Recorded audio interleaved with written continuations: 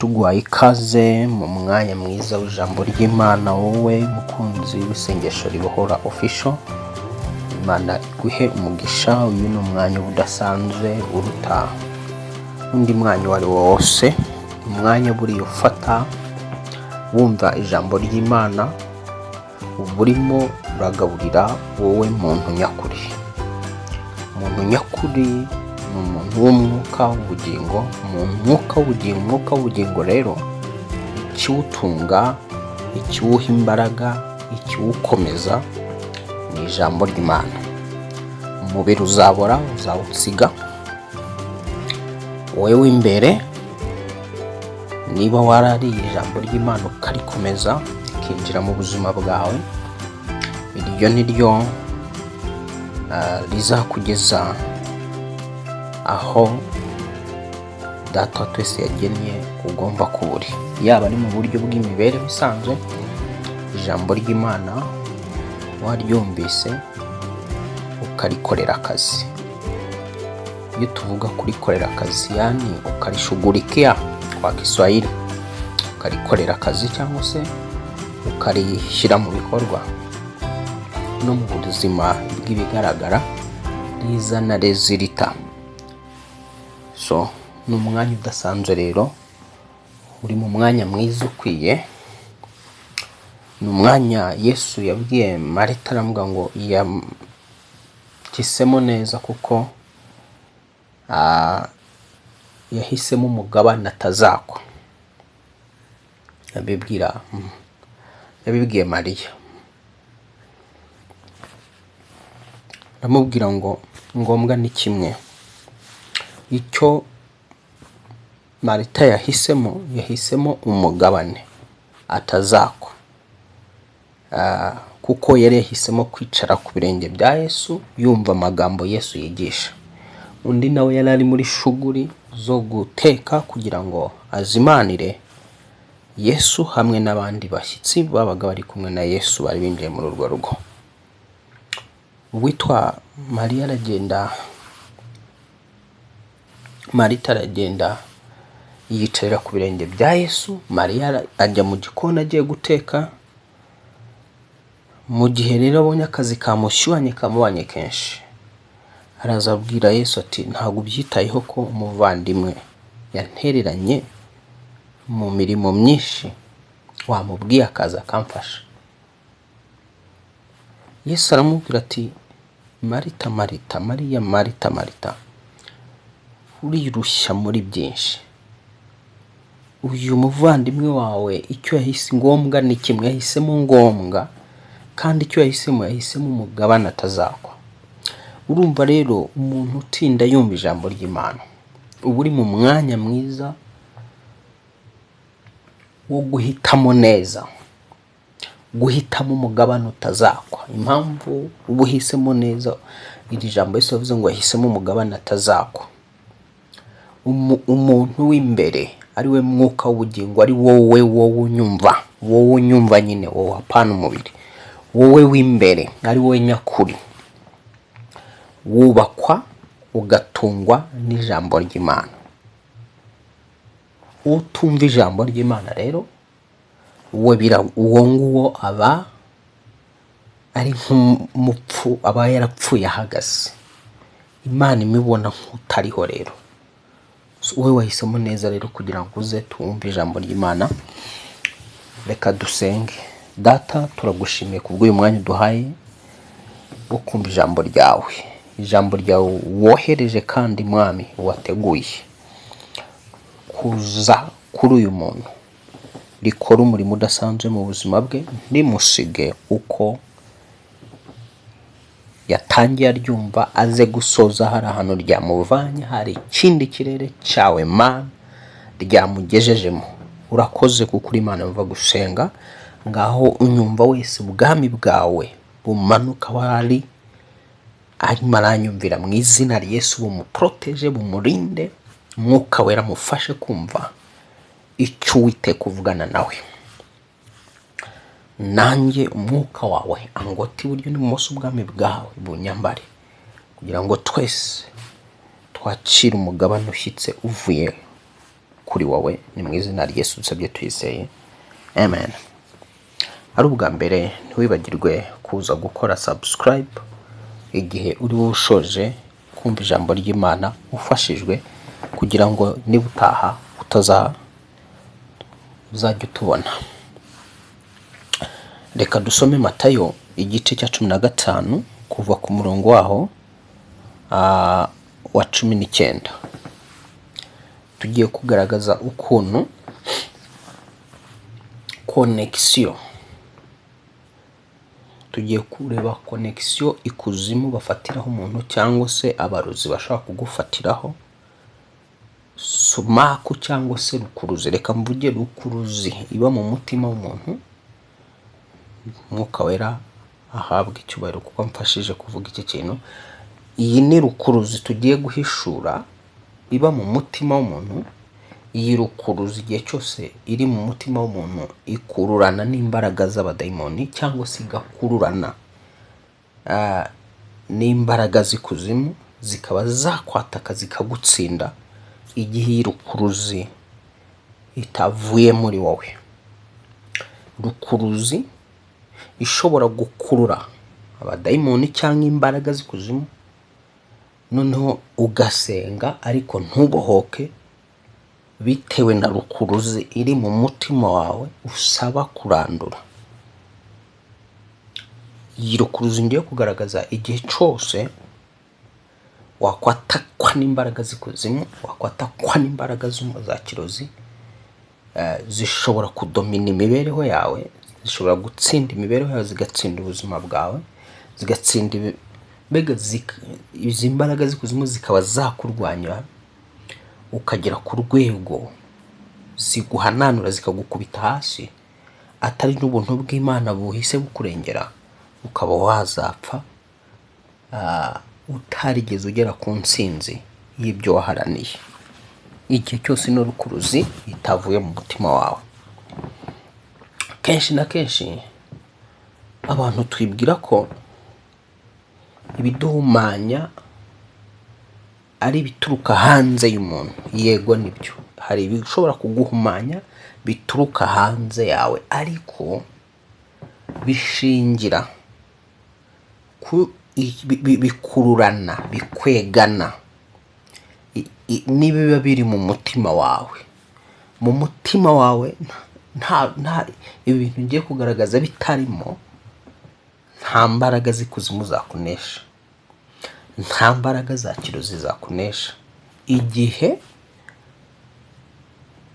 wamaze kwakira Kristo umwami n'umukiza n'umucunguzi w'ubugingo bwawe, akinjira mu buzima bwawe, akatura mu mutima wawe, akaguhindura, ukamenya isi y'umwuka n'imikorere yayo, ukamenya intambara z'umwuka n'uburyo bwo kuzirwana, nta mbaraga izo arizo zose zagutsinda, kuko Yesu yaravuze ngo uri Petero. Yabibwiraga Petero, uri Petero, kuri urwo rutare nzubaka itorero ryanjye, n'amarembo y'ikuzimu ntazarishobora. Icyo gihe avuga ngo nzubaka itorero ryanjye kuri urwo rutare. Yesu yarabajije abigishwa bati, hanze abantu banyita abandi.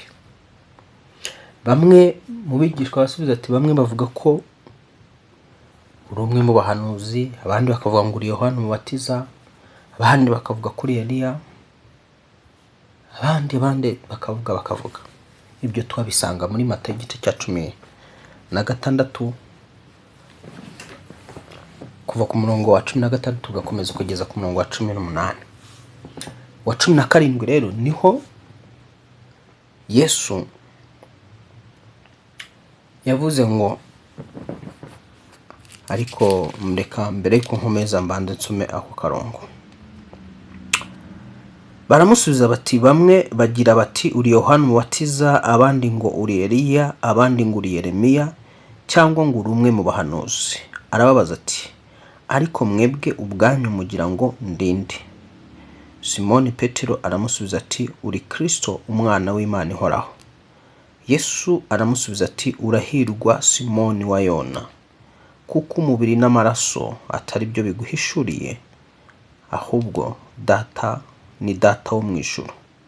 Nanjye ndakubwira nti uri Petero, kandi nzubaka itorero ryanjye kuri urwo rutare, kandi amarembo y'ikuzimu ntazarishobora. Urumva hano ukuntu Yesu yaramubwiye. Hari ikintu ngiye kukubwira nyine.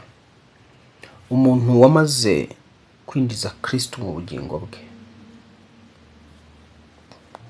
ugahishurirwa Kristo uwo ari we. Hano tubonye ko Petero we yaravuze, aravuga ati uri Kristo umwana w'Imana ihoraho. We yarabaje hanze banyita abandi, bati ni Yohana, abandi baturi Yeremiya, abandi baturi umwe mu bahanuzi, abandi baturi Eliya, ibintu nk'ibyo. Ibisubizo byari byinshi bitandukanye, ariko se abuza mwebwe munyita abandi. Abigishwa bose baraceceka, mugira ngo ndinde ngewe, mugira ngo ndi Petero ati uri Kristo umwana w'Imana ihoraho. Yesu ubwo Petero we yavuze azi ko avuze, we yumvise igisubizo kimuzamo asubiza gutyo, ariko atangazwa nuko Kristo amubwira ngo urahirwa yewe, kuko atari inyama n'amaraso biguhishura ibyo. Kumbe hari ibintu tuvuga tukabivuga tuzi ko bituvuyemo, ari data wo mu ijuru wabituhishuriye. Petero avuga ibi ngibi si uko yari yumvise ijwi, nta jwi yumvise, we yasubije igisubizo uko yakiyumvagamo. Ariko muri uko kukiyumvamo arabwirwa ngo urahirwa yewe Simoni Petero, urahirwa inyama n'amaraso biguhishuriye ibyo. Nanjye ndakubwira nti uri Petero, urahirwa Simoni wa Yona, kuko umubiri n'amaraso atari byo biguhishuriye, ahubwo ni data wo mu ijuru. Bivuga ngo hari ibintu umubiri wawe utaguhishurira, hari ibintu umubiri wawe utaguha kumenya, ahubwo uhabwa kubimenya n'Imana Data twese, ubihawe n'Uwiteka. Gukumenya ko Yesu ari Kristo, ntabwo ari Petero wari ubyibwiye, n'Imana yari bimuhishuriye. Ariko yari avuga, yarazi ko abyiyumvisemo gutyo. Hari ibyo wibwira wiyumvamo ukibwira ngo ni ibyawe, ariko ari Imana irimo iravugana nawe, ari Imana irimo iraguhishurira. So rero aravuga ngo rero uri Petero kuri urwo rutare. Urwo rutare ki? Ari we Kristo, ari ryo hishurirwa. Urwo rutare ari we Kristo. Ariko kandi bamwe bibwira yuko Yesu idini ryaragiye ryubaka, ryibwira ko itorero ryubatswe kuri Petero nk'umuntu. Ya hano Yesu yavuga ngo kuri urwo rutare, kwihishurirwa kuri Kristo, guhishurirwa Kristo wari we. Nuba umuntu wahishuriwe Kristo wari we mu bugingo bwe, umuntu wahishuriwe Yesu wari we mu mutima we, uwo nguwo akamwimika mu mutima we, uwo naho amarembo y'ikuzimu yakinguka kumurwanya ntabwo yamubasha.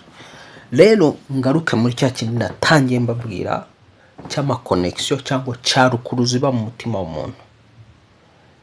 Igihe cyose mu mutima w'umuntu hatarimo Kristo, hatarimo kumenya Kristo, hatarimo guhinduka, ngo umuntu aba yarahindutse mu mutima we, yarinjije Yesu mu mutima we ngo ahindure umutima we, uwo muntu biroroha cyane kugira ngo amarembo y'ikuzimu nakinguka kumwataka mutsinde. Reka dusome rero wa murongo Matayo 15:19.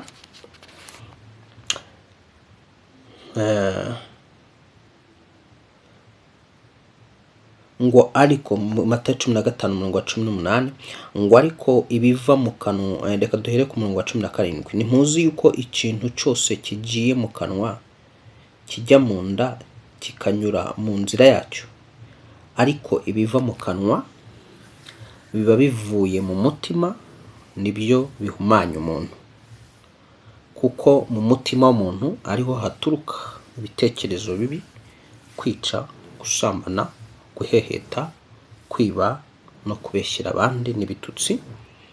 Ibyo nibyo bihumanya umuntu, ariko kurisha intoki zitajabitse mu mazi ntiguhumanya umuntu. Hano Yesu ahishuye ibintu bidasanzwe bishobora twavuga ko ari uburozi. Tuvuga ryari ko umuntu yahumanye? Aba yariye uburozi, cyangwa yabunyoye mu biryo, cyangwa yamunyoye mu byo kunywa, byakwinjira muri we ugasanga bwa burozi bumuteje ikibazo. Hano rero Yesu Kristo agaragaje ubundi burozi buba mu mutima w'umuntu bumuhumanya, ku buryo ubu burozi buhumanya umutima w'umuntu. Avuze ko buhumanya ubuzima bw'umuntu. Ubu burozi iyo butavuye mu mutima w'umuntu, ibitekerezo bibi iyo bitararanduka mu mutima w'umuntu, ibi dusomye, kuko bamwe mu bafarisayo bumvaga yuko kurya udakarabye byahumanya umuntu, ariko Yesu agaragaza ko ntacyo bitwaye, ahubwo hari ibindi bishobora guhumanya umuntu. Avuga yuko kurya udakarabye, yego urabyinjiza mu mubiri, ibyo uriye biraza gusohoka mu mwanya wabyo, umubiri ubisohore, ugende ubite aho byagenewe gutabwa. Ariko avuga bya bindi biba biri indani mu mutima, igihe bisohotse mu mutima we bigaruka bikamuhumanya. Nibyo rero nise rukuruzi, ikurura ikaza igakurura na bya bindi bituruka hanze mu mutima wawe. Igihe Satani yamaze kwesitaramo ibitekerezo bibi, akesitaramo ubusambanyi, ubuhehesi, akesitaramo kwiba, akesitaramo kubeshya, akesitaramo ibitutsi, akesitaramo ibyo byose tuvuze,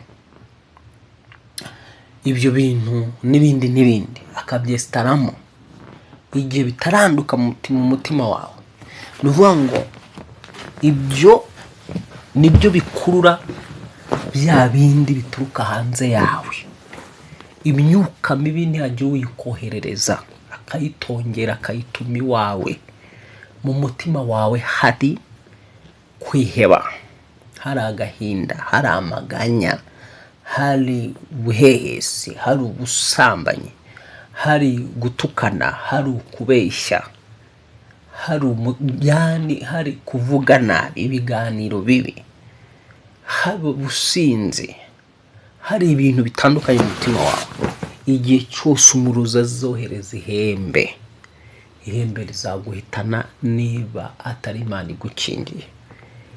Igihe cyose umurozi azakwataka ashaka gufunga imibereho yawe, kuyiboroka, azakunaniza bikunde. Igihe cyose umurozi azakwataka agira ngo arwanye urushako rwawe, arwanye iterambere ryawe, arwanye imikorere yawe, azagutsinda, kuko ibyo biri mu mutima wawe ubwabyo bihinduka, navuga ngo ni rukuruzi, ni sumaku ikurura bya bindi bigahita binywana. Ni ukuvuga ngo bwa burozi buzaturuka hanze bw'imitongero, bihoherano, ibitegano, ibitererano, inzingo n'ibindi byose, gushikwa k'umurozi ashobora kugushika. Ni ukuvuga ngo igihe ibyo byose bizaba biri muri wowe, ntabwo ushobora gutsinda intambara z'umwuka.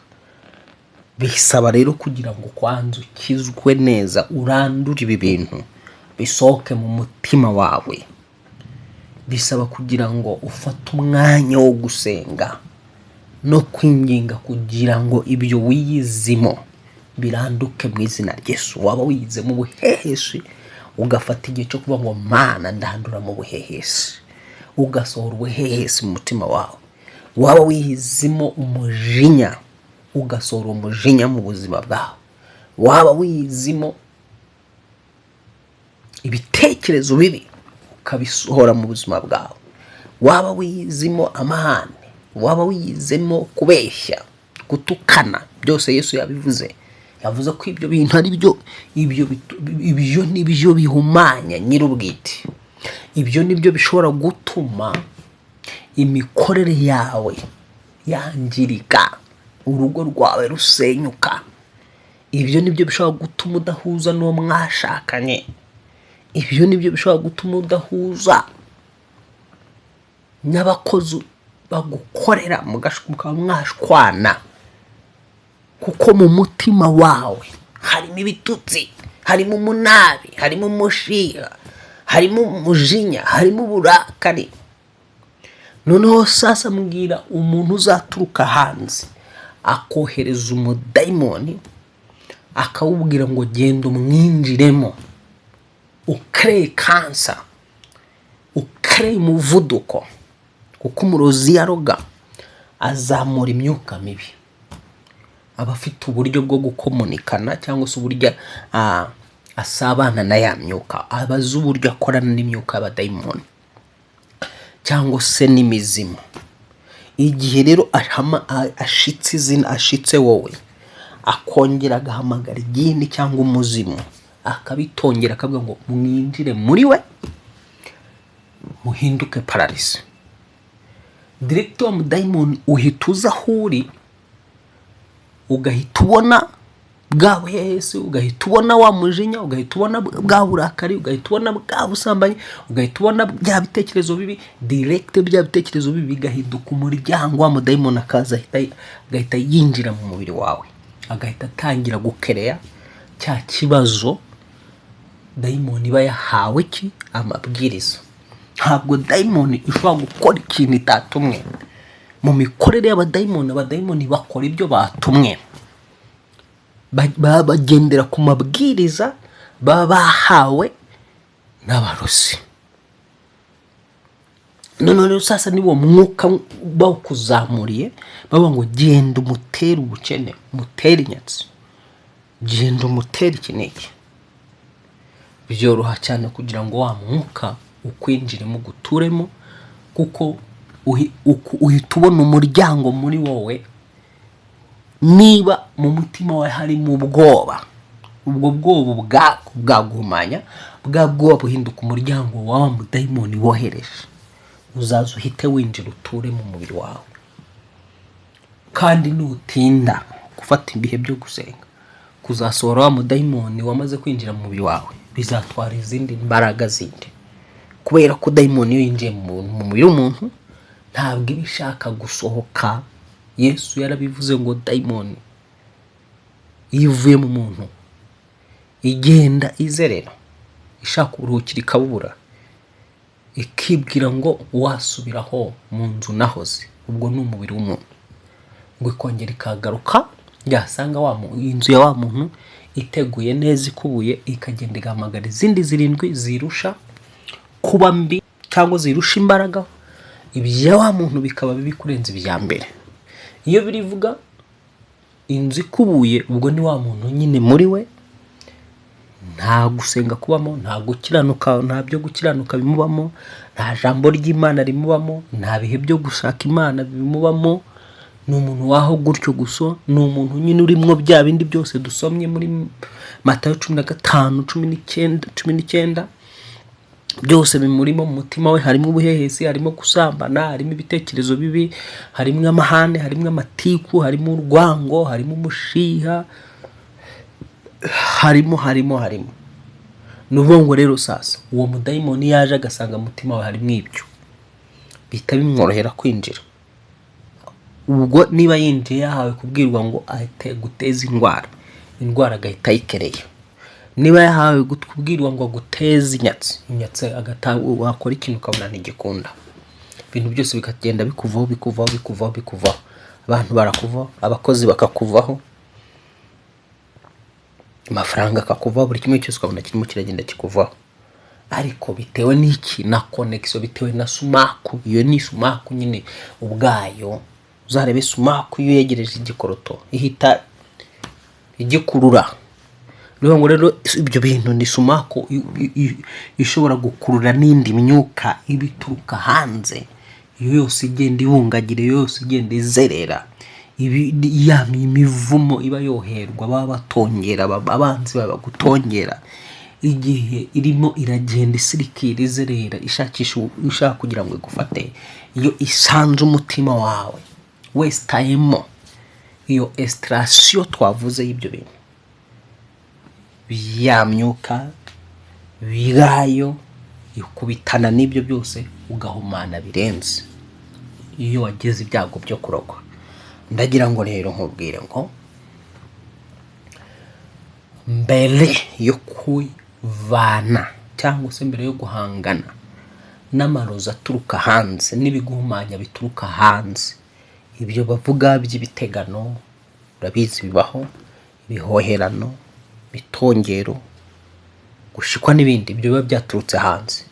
Banza uhangane n'ibyo biri mu mutima wawe bisoke, ibyo biguhumanya.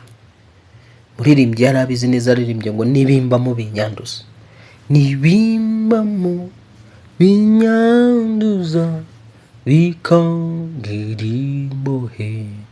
Muririmbyi yarazi yuko hari ibintu bishobora kuba biri mu bugingo bwe cyangwa mu mutima we ubwabyo bishobora kumwanduza bikamugira imbohe. Ntababoshywe n'imyuka y'abarozi, ntababoshywe n'imyuka y'abadayimoni, ahubwo akaba aboshywe n'ibimurimo. Ushobora kubohwa n'ibyo bikurimo, ukaba uboshywe n'amahane, ukaba uboshywe n'amatiku, ukaba uboshywe n'ubuhehesi, ukaba uboshywe n'ubusambanyi, ukaba uboshywe n'ubwoba, ukaba uboshywe no kutababarira, ukaba uboshywe n'urwango, ukaba uboshywe n'ibitekerezo bibi, ukaba uboshywe no kubeshya. Yani uri umuntu ubeshya, ukabeshya ku gato no ku kanini. Niba rero ukibeshya ku gato no ku kanini utarajya ku rwego rwo kuvugisha ukuri, menya ngo uko kubeshya kwawe ubwabyo birahumanya wowe, birangiza wowe. Mbere yuko ubuzi ngo wemeje runaka umubeshya, ujye umenya ngo wowe ubwawe uribeshya, uriyangije, urimo urihumanya. Rekeraho rero kwihumanya, rekeraho kwihemukira. Niba ushaka rero ubuzima bwiza, ugashaka kubohoka, banza ureke kubeshya, banza ureke ubwoba, banza ureke ibyo bitekerezo bibi, ureke ibitutsi, ubohoke kwanza muri icyo gice cy'umutima. Umutima numara kubohoka ushizemo ibyo, biraza koroha gusohora ya myuka yicaye mu maraso yawe, mu mubiri wawe. Biraza koroha gukubita inyatsi, biraza koroha gukubita za diabete, za kansa n'izindi ndwara zose. Biraza koroha kugira ngo n'umubiri uhambuke, igihe umutima uri buze kuba wamaze kugera ku rwego rwo kuzamuka mu yandi mavuta yo kwera no gukiranuka. Kuko ijambo ry'Imana ubwaryo riravuga ngo, Yakobo 4:7, kuva ku Yakobo 4:7 havuga ngo mwegera Imana izabegera, murwanye Satani azabahunga. Yemwe abanyabyaha mwe nimukarabe, namwe b'imitima ibiri mwiyeze imitima. Iyo wakarabye mutima ugakaraba, ukawuhagira, ukawuvanamo ibyo bintu bigashiramo, ukeza umutima. Niba wagiraga imitima ibiri, ukiyeza umutima, ugasigarana umutima umwe uboneye, ukaba warindije Kristo mu buzima bwawe akurimo, nta murozi wakubasha, nta gini ryakubasha, nta shitani ryakubasha, kuko nta hantu rimenera, nta muryango riba rifite mu buzima bwawe, nta muryango riba rifite mu mibereho yawe. Cunga neza, wigenzure, urebe ko mu mutima wawe nta bintu bihari biguhumanya, urebe ko izi za rukuruzi navuze zitarimo, nusanga zirimo, hanyuma dufatanye muri iri sengesho zo kurandura izo rukuruzi. Niba wamaze kujya kuba hari icyo wabonye mu mutima wawe, iri jambo rikaba uryirebeyemo, ukisanga wari uzi kumanywa n'ariya mahembe bakohereza cyangwa n'abiriya biza bikakuniga n'ibindi, ariko ubonye ko hari n'ibindi biguhumanya bikwicayemo bikurimo ibyo Yesu yahishuye. Aravuga ati ariko ibiva mu kanwa biba bivuye mu mutima, nibyo bihumanya umuntu. Ibyo bikuturuka mu mutima ibyo biguhumanya. Aravuga ngo kuko mu mutima w'umuntu ariho haturuka ibitekerezo bibi, kwica, gusambana, guheheta, kwiba no kubeshyira abandi n'ibitutsi.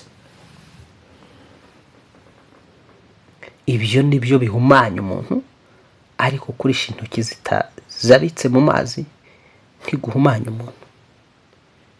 Wumvise ibiguhumanya, wumvise uburozi bukomeye buri mu bugingo bwawe. Ibyo avuze, ubwoba n'uburozi bukomeye mu mutima wawe bukwangiza, butuma udafata ibyemezo aho ugomba gufata ibyemezo, bukubuza gukora icyo wakagombye gukora kubera gutinya gupfa. Ubwoba bushobora kubuza umuntu gusenga, ko kwiriza ubusa akavuga ati nzara irandye. Ubwoba gusa yakurya se wapfa. Ugasanga noneho kubera ko umuntu ari umunyabwoba, ugasanga hari amasengesho adasenga kubera ubwoba. Satani yakubitsemo. None ubwa bwo ugasanga buraguhumanyije, bugushyiriyeho imipaka. Kandi ijambo rivuga ngo murwanye Satani azabegera. Yesu akaba yaravuze ngo bene umudayimoni akurwaho no kwiriza ubusa no gusenga. Ugasanga hari umwuka kugira ngo kure ari ukugomba kwiriza ubusa kabiri ugasenga. Ubwo ku muntu rero ugira ubwoba bwo kwiriza ubusa, hari aho azagera, hari aho adashobora kugera atari ubuntu bw'Imana wenda bwamufashije, cyangwa basi ngo abagira iyindi mirimo myiza akora ndetse yunganirwa n'abandi gusengana nawe. Reka dufate umwanya wo gusenga. Reka turandure izo za rukuruzi, turandure ibyo bintu byari biri mu mutima wawe biguhumanya. Imana yabwiye Yeremiya ngo kiza amagambo yanjye mu kanwa kawe, ngushyire hejuru y'abami n'ibihugu, kubika, kurandura, gusenya, kurimbura, kubaka no gutera imbuto. Imana yashyize amagambo muri twebwe, cyangwa se ijambo muri twe rifite ububasha bwo kurandura ibintu bikaranduka mu muntu. Kandi Matayo 15:13 naho cyanditse kivuga ngo igiti cyose kitatewe na data kizagira gute? Kizarandurwa. Igiti cyose, arabasubiza ati igiti cyose data wo mu ijuru atateye kizarandurwa. Ibyo rero Satani yaguteyemo mu mutima, araza byestara mu mutima wabihinduka, arigendera, asiga gushyizemo za sumaku zizajya zikururana n'ibizajya bituruka mu kanwa k'abarozi n'imivumo y'abantu. Tugiye kubirandura mu izina rya Yesu. Wumvise icyo mvuze? Tugiye kurandura ibyo Satani yakubibyemo bimeze nka sumaku, bizajya we yabigushyizemo abizi yuko bizajya bikururana na biriya by'imivumo y'abarozi n'imitongero n'ibindi byose bituruka hanze. Noneho ubuzima bwawe bukarushaho kuzahara, utazi impamvu buri kuzahara. Tugiye gusenga rero kugira ngo ibyo byari biri muri wowe byagumanyaga biranduke. Noneho kandi ribisengesho ryawe rya buri munsi. Wowe ushaka kubona Imana mu buzima bwawe, wowe ushaka kubona Imana ihindura amateka yawe, wowe ushaka kubona Imana ihindura ubuzima bwawe, ita ku mutima wawe kurusha ibindi byose. Ijambo ryaravuze ngo rinda umutima wawe kurusha ibindi byose birindwa, kuko iby'ubugingo ariho bituruka. Iby'ubugingo bituruka mu mutima wawe. Ushaka rero kugira ngo abone Imana, arinda umutima we kurusha ibindi byose birindwa, akawuranduramo ibyo yumvamo bitari byiza byawinjiriye. Vuga uti mu izina rya Yesu Kristo risumba amazina yose, izina nahawe gukirizwamo, izina nahawe kubohokeramo, Uwiteka nguhaye umutima wanjye, ngwino uranduremo ibyo nibonyemo bimumanya, ibyo nsobanukiwe yuko bishobora kuba sumaku y'abadayimoni, y'imbaraga z'ubwami bw'umwijima. Bindanduremo Uwiteka, binkuremo, binshiremo nk'umutima muzima, nk'umutima wera, nk'umutima uboneye, mu izina rya Yesu wapfuye akazuka. Uwiteka, sinabasha kwikiza, ndagushaka ubuntu bwawe bwururuke, bundanduremo umwuka wo kubeshya.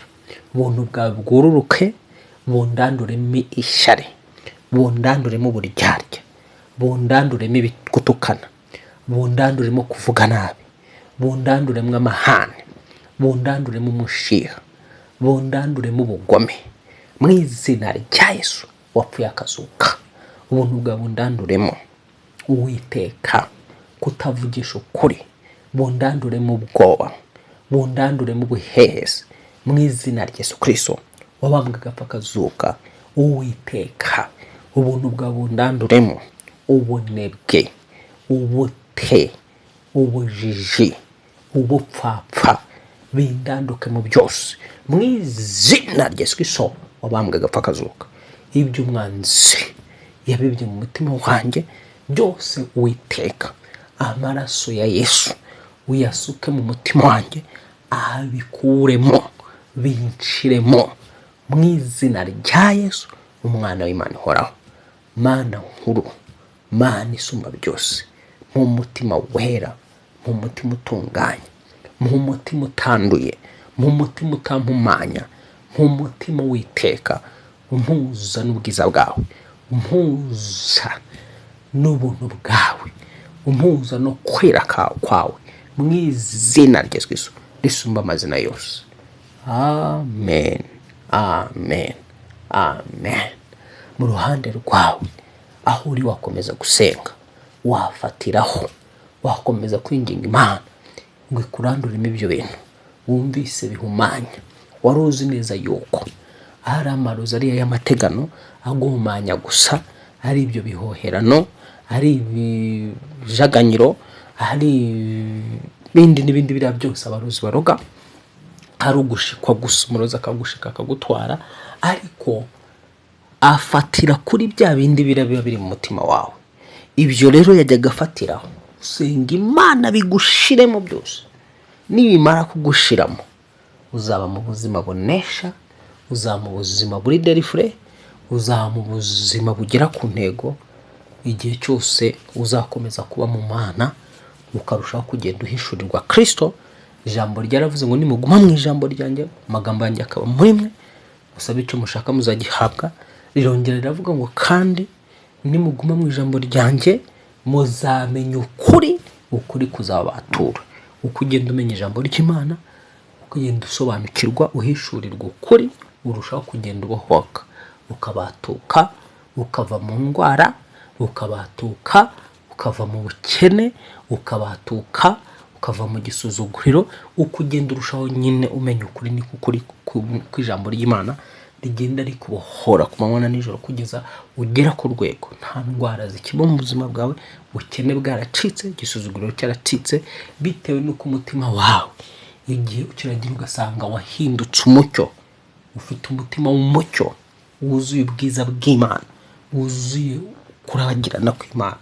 Ntabwo rero iyo wageze kuri urwo rwego, nta myuka y'abadayimoni, nta mbaraga z'ikuzimu, nta mbaraga z'abarozi, nta z'ubukonikoni zikubasha. Ndagusengera kano kanya kugira ngo Uwiteka akwinjize muri izo nzego, umutima wawe awuhindure utunganye, wera, wuzuye umwuka wera, wuzuye imbaraga z'Imana, wuzuye ijambo ry'Imana, wuzuye gukiranuka kw'Imana, wuzuye imbuto zose z'umwuka wera. Biganze umutima wawe mu izina rya Yesu Kristo. Umutima umwanzi yari yarashatse kugushiramo, ukuvemo mu izina rya Yesu Kristo.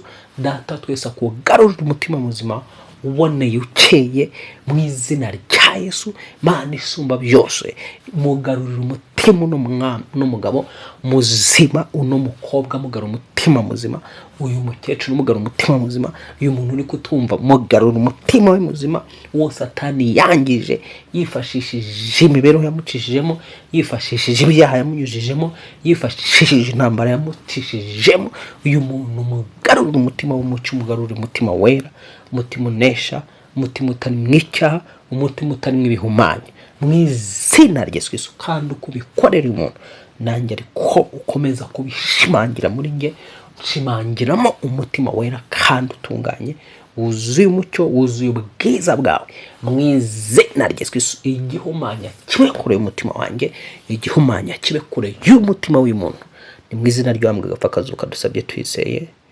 amen, amen. Ntugende udakoze sabone cyangwa subscribe. Imana amahoro igumugisha, kandi Imana amahoro ikugire neza, mugire ibihe byiza. Nakagaruka ku isengesho ribuhora official.